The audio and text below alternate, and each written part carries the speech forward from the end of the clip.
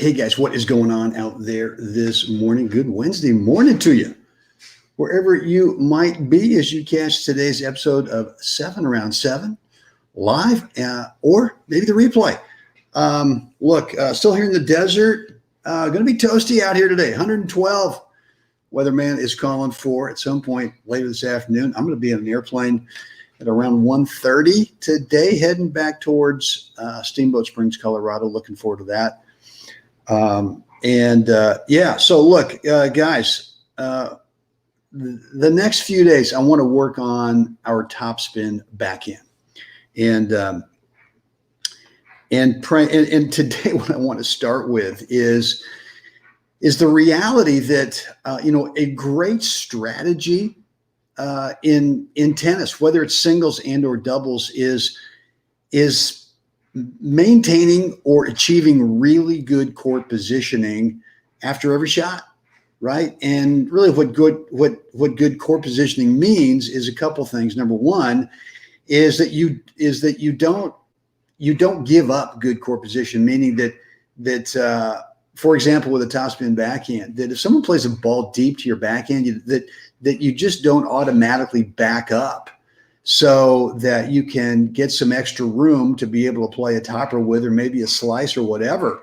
And instead be able to pick the ball up on the rise, so that you're maybe taking time away from that opponent. Maybe they played a shot over there where they're now scrambling to get back into the middle of the court. And rather than you backing up and giving them that opportunity to get back into the court, is that you're picking it up early, right? And taking that time away. Not that you have to be able to take such advantage of that you're, hitting winners off of it.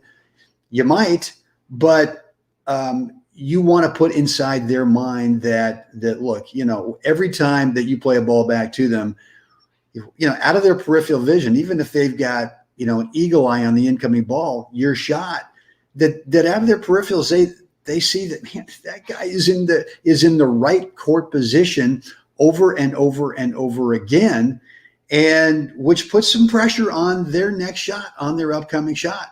They realize that, you're not out of position, you're in good court position, and if they don't hit a clean ball, that they may end up giving you an offensive opportunity to really take charge of the point.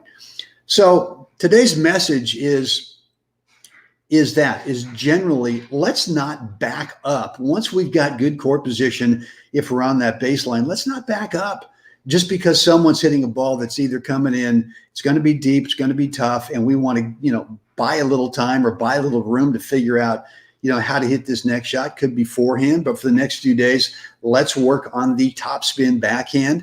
And this is one of the times to use it, right? Is a pickup, an on the rise topspin backhand drive. Other times are going to be a return to serve. Other times are going to be a passing shot.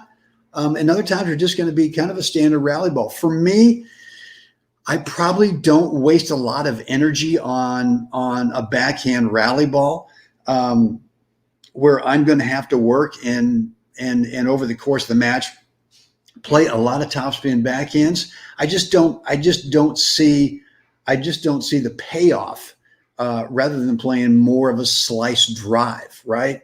Not to say that you shouldn't develop a topspin rally ball, because you should.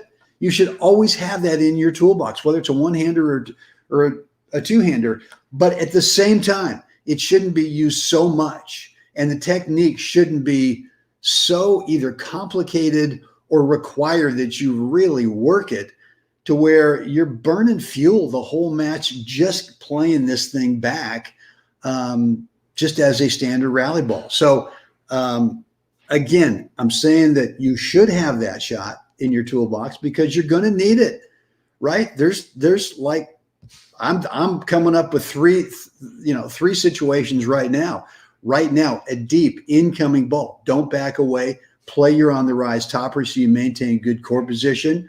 A passing shot, absolutely. I mean, I can show you examples of passing shots I played with a slice drive, of course, but I can also, on certain balls, I got to top this ball. I got to top it, if nothing else, to take time away from that opponent as they're approaching. So I've got a bigger target to hit into, which is one of the beauties of stepping forward on a backhand when they're approaching, is that you step early. I mean, you step up early and you take the ball early so that you got a bigger target to be able to hit into, right, time-wise.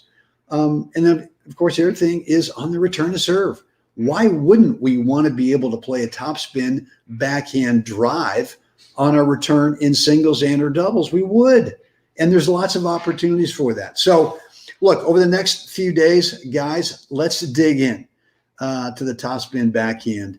And look, I'd love to hear from you down below.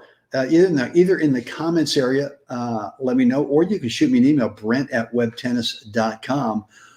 What's maybe the number one thing that you've not yet figured out in the topspin backhand to where, you've just got ultra confidence every time you go ahead and pull the trigger on? Is there something technique-wise?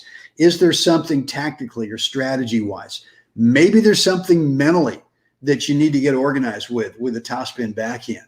But would love to hear from you what that is. And again, if you want to keep it private, just shoot me the email, brent@webtennis.com.